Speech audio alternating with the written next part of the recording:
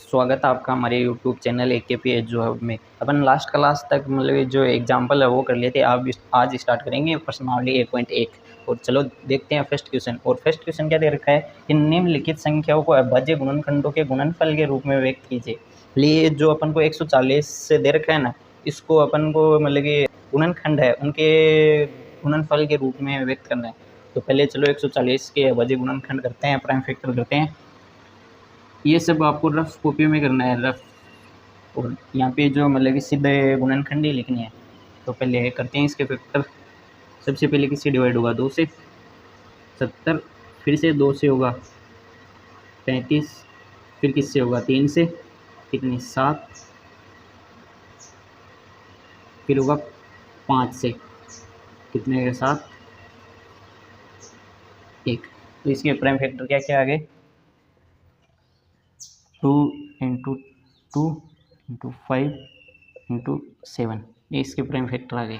और जो मतलब कि ये जो जो मल्टीपल बार आया हो उसको घात के रूप में लिख देते हैं। जैसे ये 2 बार आया हुआ है तो 2 का स्क्वायर, फिर 5 इंटू 7, ये क्या हो गया? मतलब कि 140 के बजे गुणनखंड मतलब ये प्राइम फैक्टर 2, 5 और 7 ये प्राइम। सेकंड दे रखा है 156, इसको भी इसी प्रकार मतलब प्राइम फैक्टर में के गुणनफल के रूप में व्यक्त करना है। तो पहले चलो इसके भी प्राइम फैक्टर यानी गुणनखंड करते हैं। 156 के गुणनखंड सबसे पहले किससे डिवाइड होगा? 2 से। कितने बार? फिर अगेन 2 से डिवाइड होगा। क्या आएगा? 2 से डिवाइड होगा तो 39। फिर 39 किससे डिवाइड होगा? 3 से। कितना आएगा? 13। और 13 फिर किससे डिवाइड होगा? 13 से। तो इसके अभाज्य गुणनखंड क्या है आगे? 2 इंटू 2 इंटू 3 इंटू 13। इसी प्रकार ये 2 को इसकी घात के रूप में लिख देते हैं।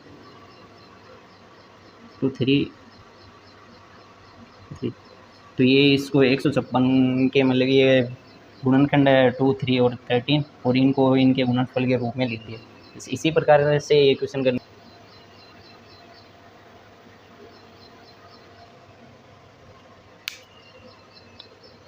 थर्ड दे रखा है 3825, इसका भी अपन को मतलब कि ये गुणनखंड करने पहले तरफ नोटबुक में कर लेते हैं इसके गुणनखंड।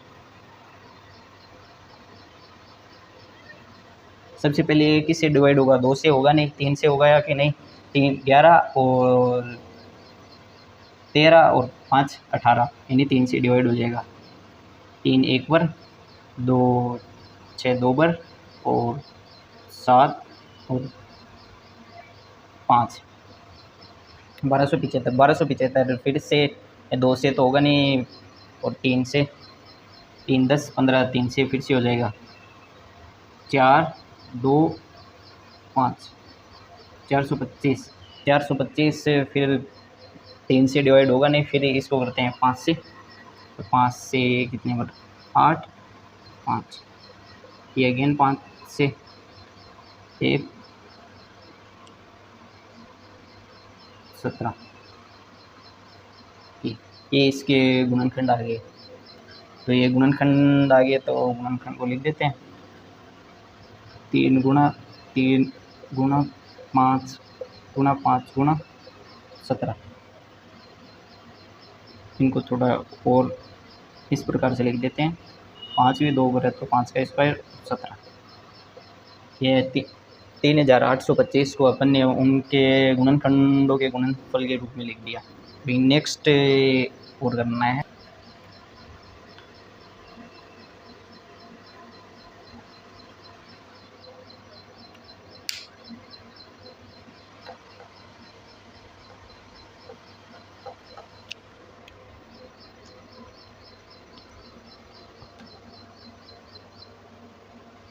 नेक्स्ट है 5005 को भी इनके मतलब कि इनके भी फैक्टर करते हैं।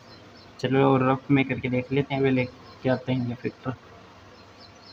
5005 जो है ये सबसे पहले किससे डिवाइड होगा? 2 से होगा नहीं, 3 से नहीं होगा, 4 से अपन को करना नहीं है, 5 से होगा सबसे पहले। तो 5 1 1, 1,001 है, ये किससे डिवाइड होगा?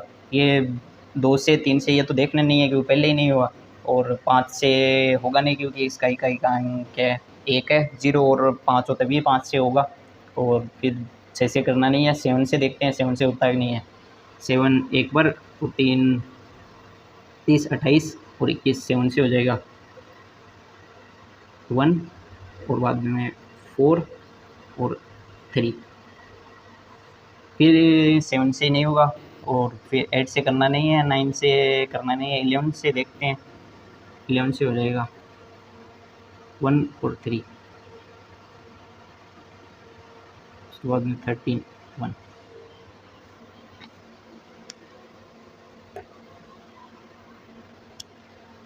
ये इसके प्राइम फैक्टर यानी अभाज्य गुणनखंड आगे क्या क्या है? 5 गुना 7 गुना 11 गुना 13, ये इसी प्रकार इसको लिखना है। अभी चलो नेक्स्ट और देखते हैं एक।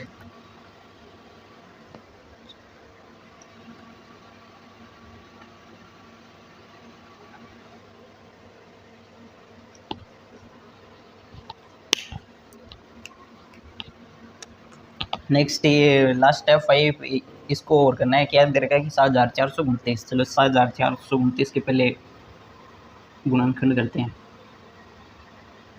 सबसे पहले ये किससे डिवाइड होगा? 2 से डिवाइड होगा? नहीं होगा। 3 से 7 तक 4 11, 11 और 2 13, 9 22, 22 नहीं होगा। फिर 5 से होगा नहीं। 7 से देखते हैं, 7 से भी नहीं होगा। फिर 11 से देखते हैं, 11 से होगा क्या? 11 से भी नहीं होगा। 11 के बाद में नेक्स्ट है भाज्य संख्या कौन सी है? 13, 13 से भी नहीं होगा। फिर नेक्स्ट कौन सी है?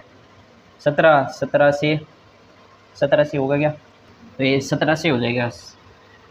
तो 17 से क्या होगा? 68 बचे कितने? 6, और 51 बचे कितने? 9, 11, और 119 में 7 और अभी 17 फिर से 17 से डिवाइड हो गए। फिर से 17 से होगा नहीं। फिर 19 से करके देखते हैं, 19 से हो जाएगा।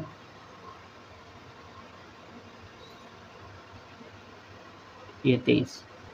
इसके फैक्टर क्या क्या आएंगे? 17, 19 और 23, ये इसके फैक्टर आ जाएंगे। चलो फिर अपन देखते हैं क्वेश्चन नंबर सेकंड। तो फर्स्ट क्वेश्चन कंप्लीट हो गया। ये 5 23 में 5।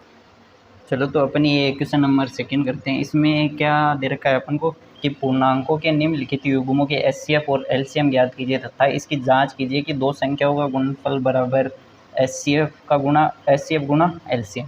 अपन ये जो मतलब कि अब पहले वो फॉर्मूला पढ़ा था ना, उसकी भी जांच करनी है कि ये दोनों बराबर है या नहीं है। तो सबसे पहले अपन को इनका एचसीएफ और एलसीएम निकालना है कि इसके 26 के और 91 के। तो एचसीएफ और एलसीएम निकालने से पहले अपन को इनके करने हैं फैक्टर यानी गुणनखंड। पहले 26 के गुणनखंड करते हैं। 26 के गुणनखंड क्या क्या होंगे? 2 × 13, और फिर 91 के गुणनखंड करते हैं। फिर अपन 91 के गुणनखंड करते हैं। 91 गुणनखंड क्या क्या होंगे? 7 और 13। अब गुणनखंड कर दिए। अब देखते हैं एचसीएफ और एलसीएम। सबसे पहले एचसीएफ क्या होगा? एचसीएफ जो भी इनमें कॉमन है, जैसे 13 कॉमन है तो 13 आ गया। और फिर देखते हैं एलसीएम। एलसीएम मतलब जो एलसीएम में क्या क्या लिखते हैं, जो आया हुआ वो लिख दे। जैसे 2 इसमें आया हुआ है, इसमें नहीं आया हुआ, तो 2 मैक्सिमम नंबर इसमें आया हुआ है, 1 बार आया हुआ है, 2 को लिख दिया। उसके बाद में क्या आया हुआ है? 7 आया हुआ है। उसके बाद में क्या आया हुआ है? 13। ये इन दोनों में आया, एक बार आया हुआ तो एक बार ही लिखेंगे। तो टोटल इनका एलसीएम क्या होगा? 14 × 13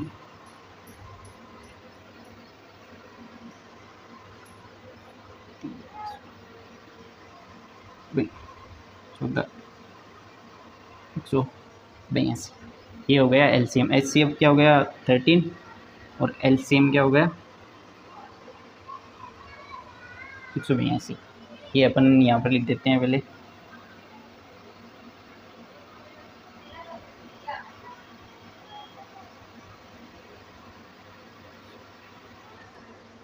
एचसीएफ और एलसीएम तो निकाल लिया, अभी ये चेक करनी है कि इन दोनों संख्याओं का गुणनफल वो क्या बराबर है, इन दोनों के एचसीएफ और एलसीएम के गुणनफल के बराबर है, ये अपन को चेक करना है। तो चेक करते हैं, 26 गुना 91, क्या वो इसके बराबर है? किसके? एचसीएफ कितना है? 13 और एलसीएम कितना है?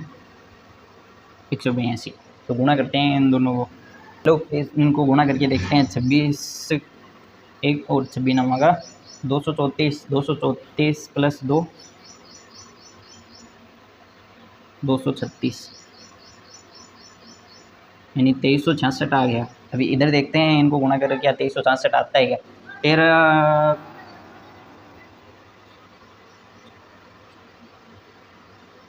13 इंटू 102 से गुणा करेंगे 26, और 13 को 8 से गुणा करेंगे 104 और 2 असली में बच गई 106। उसके बाद 13 एक कम 13, और यहाँ पे असल कितनी बच गई? 10, यानी 23। 2366 और 2366 दोनों बराबर आ रहे हैं। अपन को ये देखना था पहले तो इनका एचसीएफ और एलसीएम निकालना था, वो अपन ने निकाल दिया 13 और 182। उसके बाद में अपन को चेक करना था कि इन दोनों का गुणनफल यानी 26 और 91 का गुणनफल जो इनका एचसीएफ और एलसीएम आया है ना, उनके गुणनफल के बराबर है कि नहीं है। तो इनका गुणनफल कितना है? 2366, और इनके एचसीएफ और एलसीएम का गुणनफल भी कितना है? 2366, यानी ये दोनों क्या है? बराबर है। दूसरी क्वेश्चन का ये सेकेंड पार्ट हो रहा है, इसमें दे रखा है कि 510 और 92 है, उनका एचसीएफ और एलसीएम निकालना है। फिर इनका जो मतलब कि गुणनफल वो एचसीएफ और एलसीएम के गुणनफल के बराबर है कि नहीं है। पहले चलो इनके मतलब कि एचसीएफ और एलसीएम निकालने के लिए पहले इनके फैक्टर करते हैं, यानी गुणनखंड करते हैं। गुणनखंड मतलब कि छोटी संख्या हो तो सीधा कर लेना है, और जैसे बड़ी संख्या हो तो उनका अपन अलग से रफ में करके देख लेना है इस प्रकार। तो सबसे पहले 510 किस तो 255, फिर ये 2 7 3 का जाएगा इसमें भाग 8, अभी ये 3 का 2 का जाएगा नहीं, 3 का भी नहीं जाएगा, 5 का जाएगा।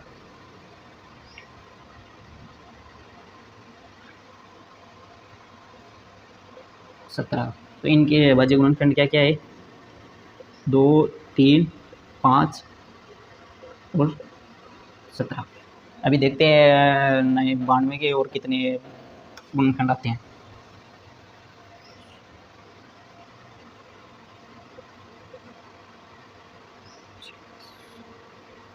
दो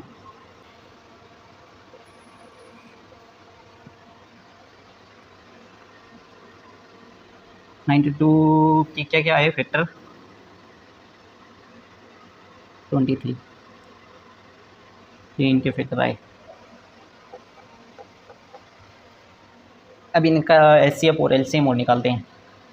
एचसीएफ क्या होगा इसका? कॉमन जो कॉमन है वो लिख दो, इसमें केवल 2 ही कॉमन है, तो एचसीएफ क्या होगा? 2। और एलसीएम और देखते हैं एलसीएम क्या होगा। एलसीएम जो मैक्सिमम बनाया हुआ है वो लिख दो, जैसे 2 2 बनाया हुआ है, 3 1 बनाया हुआ है, 5 एक बार, 17 एक बार, और 23 एक बार। तो टोटल एचसीएफ क्या होगा इनको गुणा करने पर?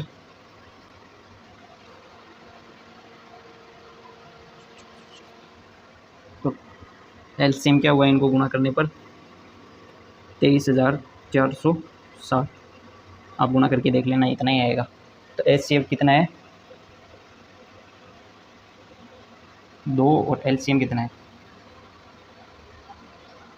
23,460। एचसीएफ और एलसीएम ही हो गया। अभी देखते हैं इनका मतलब कि इन दोनों का गुणनफल जो है वो इनके एचसीएफ और एलसीएम के गुणनफल के बराबर आता है या नहीं, ये अपन चेक करते हैं।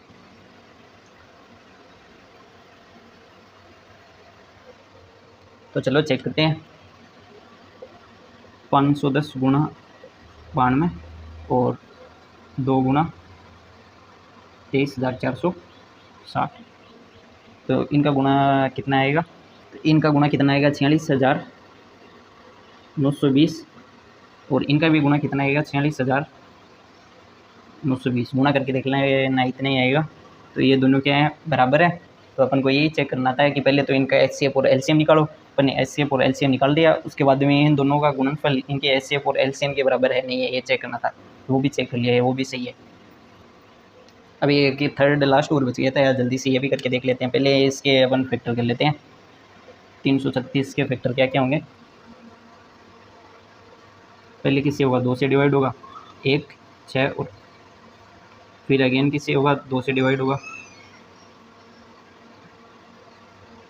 अगेन 2 से, इस 3 से और 7 से। तो फैक्टर क्या क्या है 2 2 2 2 3 और 7, ये इसके फैक्टर आ गए। इसी प्रकार अभी 54 के फैक्टर करके देख लेते हैं और क्या आता है। 2 27 3 9 3 3 3, इसकी क्या क्या फैक्टर आ गए 2 3 3 और 3, ये इसके फैक्टर आ गए। अभी एचसीएफ और एलसीएम और देख लेते हैं जल्दी से।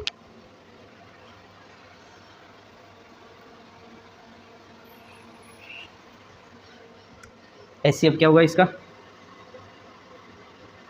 जो कॉमन है इसमें 2 है और 3 है, तो इसका एचसीएफ क्या हो गया 6। तो एलसीएम जो ज़्यादा बार है, जैसे 2 कितनी बार है 4 बार, और 3 कितनी बार है 3 बार,